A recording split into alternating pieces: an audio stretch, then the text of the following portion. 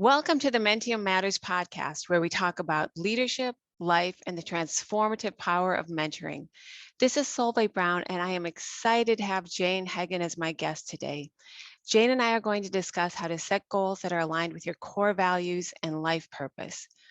Jayne is the founder of Heggen Business and Management Consulting Group, which brings the best independent business solution thinkers together to help companies, leaders, and teams transition through complex change and create work environments that truly work.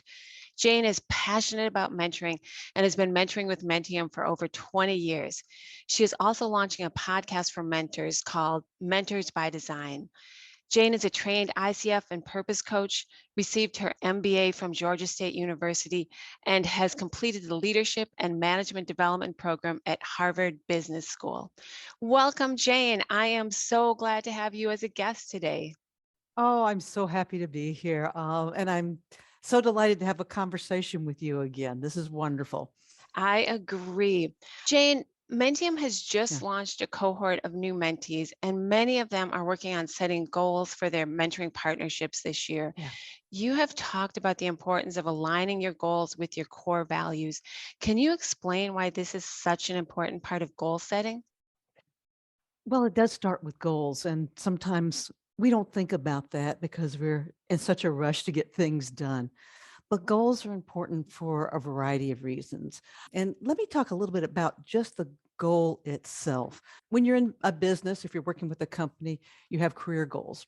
And those are set up for you to learn a skill, a task that aligns with what the company needs. It has its values. And those are important things for us to all do and understand because as we grow in our business, we grow with skills and understanding. The other part of that, though, is our personal goals. And we rarely think about our personal goals in conjunction with our career goals.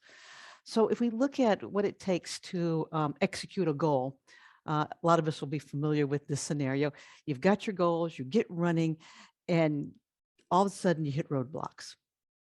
Things are hard to get done. You know, it's just like you may have judgment coming up in your head. A lot of us do. Things aren't working the way you thought they would. It's interfering maybe with your work, your home life, not just your work life. A lot of things happen that can become barriers if you're looking just at your career goals. So, what I'm an advocate of is start with your career goals, but use your personal goals as a lens to view those career goals. And what are your personal goals? Personal goals are commitments to your family, your health, maybe to your community, to learning. There's so many things that you do as a person that are important to you that can be derailed once you've made this commitment to this career goal. It's looking at your career goals in balance with what's important to you, your personal goals. So if family is important to you and learning is important to you, and you discover in this career goal, you're going to have to take a course that's going to require 10 hours a week of study time and work, and you're going to have to be on Zooms on Saturdays, and you find out that's not only going to interfere with your time, but what about that commitment to your kids, soccer games? What about that family outing you promised you would have and go visit your relatives?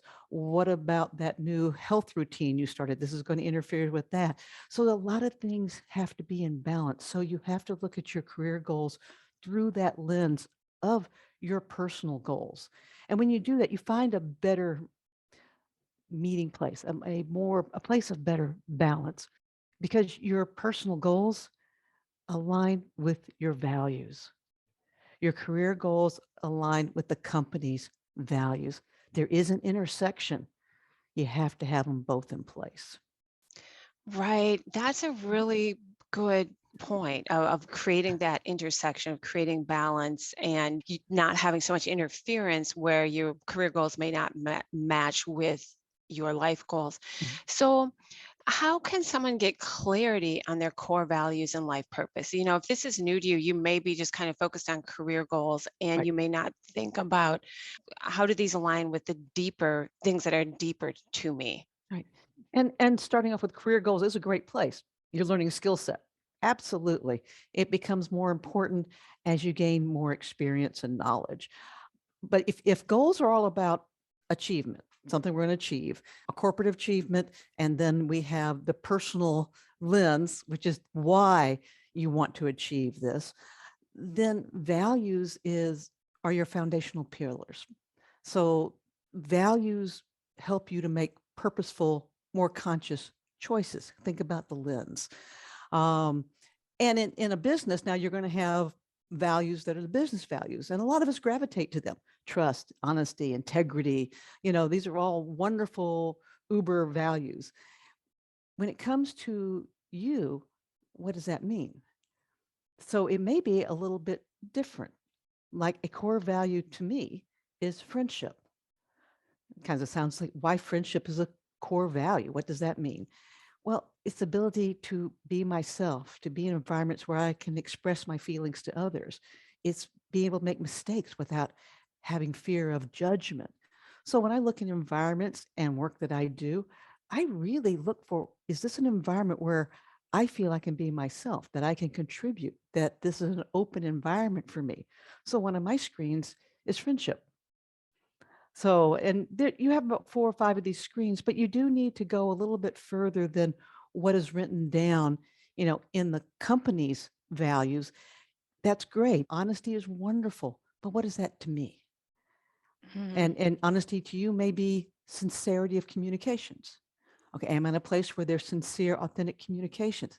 That's a value. So you really have to take a little bit of a deep dive into what are your values. And if you get, so you've got achievement, you know what you're going to do and why. You've got your pillars. These are the things you make choices with, your values. You make choices with values. Then that moves you into purpose, which is your intentional, conscious actions. So they all connect, they all work together. Right. And I liked how in our pre-podcast meeting you talked about how if you have this intersection of all three connecting, you are less likely to get burned out because everything is supporting each other and you've got kind of that balance of those three pillars. Oh, it's true. It's true because now you have a way to negotiate. You have a way to set boundaries about what's important. When you can negotiate, something that is going to interfere with your personal values, you have, wait a minute, I can't do that. That's something I cannot live with. I can live with this. I can do this other thing, but this that you're asking me to do here, I cannot do. And you have to have that flexibility. Well, where is the place you can be and you can move forward with a conscious intention? So get to that conscious intention. You're really looking at what's in balance and what's not. Right. So, Jane, in your consulting and coaching practice, you've worked with many leaders who are, working on performance goals, which requires a Right. change in behavior and skill set. And you kind of mentioned this earlier. Could you do like a deeper dive on, some of the best practices and tips for aligning your work performance goals, getting a new skill set and having that align with your core values? So we get into performance goals, we really are getting into more tactical. Hmm. Okay. So a performance goal is your commitment to change. You've made a commitment to make a change by learning something new. And this is going to change your perspective and often changes your beliefs. So performance goals, are aligned with your core values because you are learning, you are growing, you're expanding exponentially. Skill set gets down to not necessarily, will not necessarily change a behavior or anything like that, but it's tools. Skill sets are tools. So think about it as a toolbox, and you've got a hammer in your toolbox. And think about children for a moment. When you've seen children playing with their toys, and inevitably everybody gets a little hammer toy, and it's this big old hammer, and they're banging on the blocks. We all have that big hammer in our toolbox. As we gain knowledge, as we gain information, we don't necessarily need that big hammer anymore. Our skills, our motor skills, our thinking skills are more refined. We can put the hammer down, maybe a smaller hammer. But when we're looking at performance goals and skill sets together, what we're doing is we're learning how to load our toolbox. Maybe a wrench should be in there. Maybe there should be a screwdriver in there. Maybe there's a needle nose pliers that's in there. Maybe there's sticky things to hang stuff on walls in there. What are those tools that we can pull out to apply to the appropriate situation? So that's where performance goals and skill set come together for me, refining your tools, how you use them, and what results you get. And that in turn refines your behaviors and your thinking and your choices. So it's technically all five of these things come together. Right. So, Yeah. so Yeah. And then being able to identify what are the new skills or what are the new tools that I need, and then what's the best way to start developing those and getting those. yeah, That is great. You have a Jayne Heggen original quote on your LinkedIn page, which I love. You say, "It's not necessarily change we resist, it's the uncertainty of choosing the best path." Oh, I love that. This seems like the final piece of the puzzle in terms of our discussion on goals and values. yeah. Can you offer any advice on how to deal with the uncertainty of choosing the best path? It's it's something that internally and innately that when you're going down the path of growing yourself in your business, you're going to come to crossroads. And there's a lot of things that happen at crossroads, but you stop at that crossroad when you're uncertain where to go.